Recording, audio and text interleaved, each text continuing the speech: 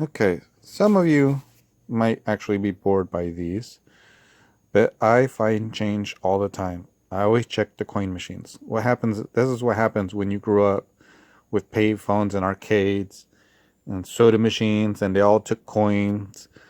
And as a kid, you'd always go and stick your finger in the machines to see if you find a quarter, a nickel, a dime, whatever.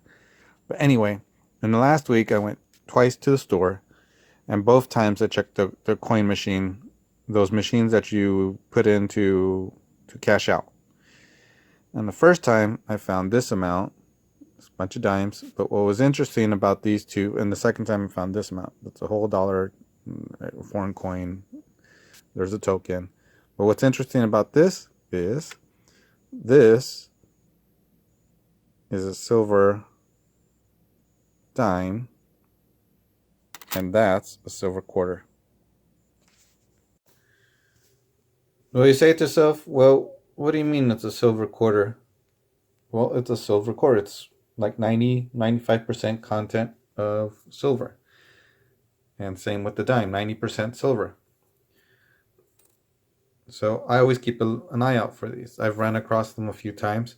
One of the ways to tell, it's probably not going to focus properly, but here, there's no line down the middle. There's always a line. You'll see it. Pull out a quarter and you'll see there's a difference. There's a line almost down the middle. That's the two different types of metals. Same with the dime. You can especially tell by the sound. They sound different.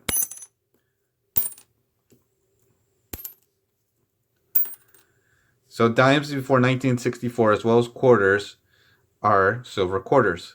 Nickels between 42 and 45 are also silver. So keep an eye out. So depending on the type of quarter you have, the quality, this isn't going to be worth too much, but it'd be worth about $3.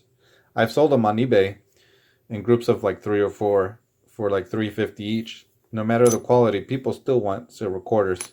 Same with the dimes. People want the dimes.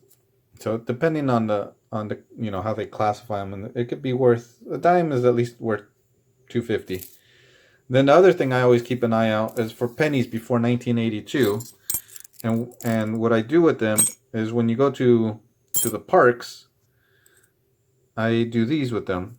The penny pressing machines. Why? Because these are they're 95% copper. So they're going to be worth more in the long run instead of the current ones that are 95% zinc.